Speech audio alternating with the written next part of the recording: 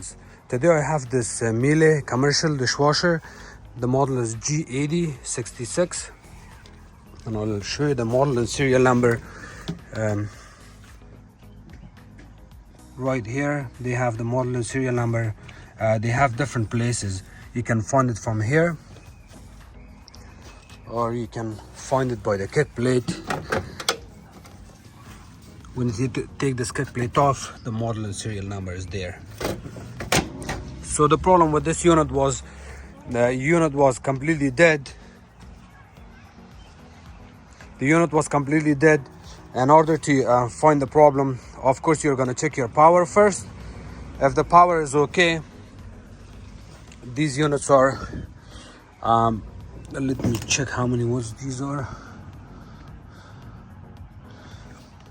So it's 208. You're going to check for 208. If the power is okay, the next part you want to do is take the top panel off. Of course it will be installed in a commercial place. You will pull it out from under the cabinet. There's 4 screws, T20. You will pull all these 4 screws out, and then after that this top panel comes out. Once your top panel comes out, you're gonna check here on the top. There's a fuse right here. Your fuse is located here. You're gonna open this top, pull the fuse out. Of course you wanna make sure you unplug the unit or turn it off before you do that. This is your fuse, 6.3 amps. Usually this blows and then you have to replace it. But before you replace this fuse, you have to find what's causing this issue, why this fuse is blowing. So the reason the fuse blows, if you have power surge in the place, or if there's water leakage. These only 2 things can cause this fuse to blow. If you didn't have any power surge, then you have to do more diagnostic and more component tests and see what's causing this issue. If you had power surge, replace your fuse. This will take care of the problem. What you can do is, I'll put this on its back.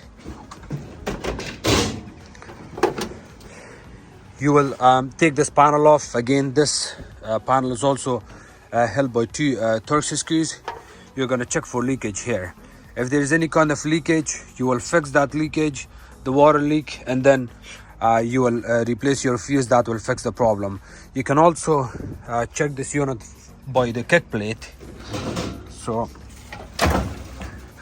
the kick plate comes out, it kind of opens. Once you open the kick plate, there's 5/16 bolts. 5/16 bolts, 3 of them there. You take those off, and then this panel comes out. This panel is also held by some special glue, sticky glue. So you have to kind of force it, pull it out slowly, and then eventually it will come out. See that?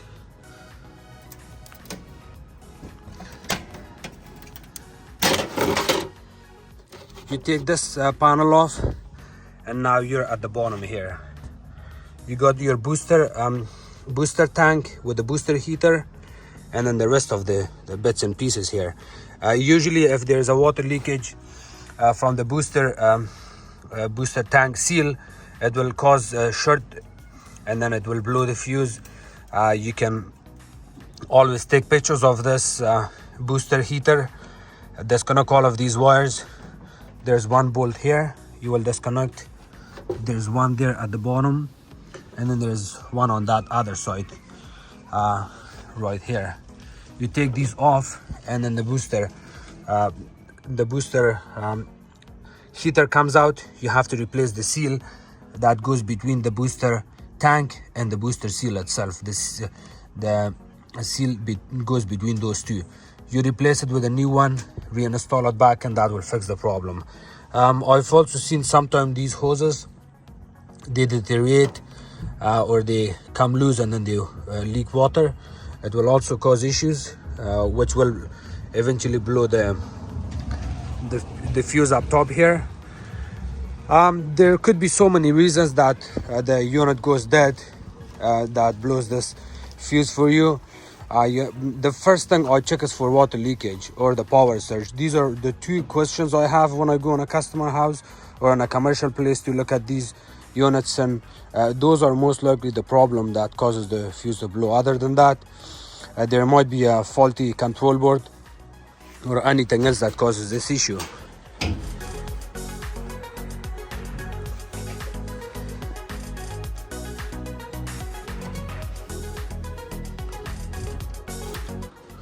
This hose that you can see, this also gets crack and holes. It deteriorates over time, and it will also cause leakage issues, and again that can also blow the fuse.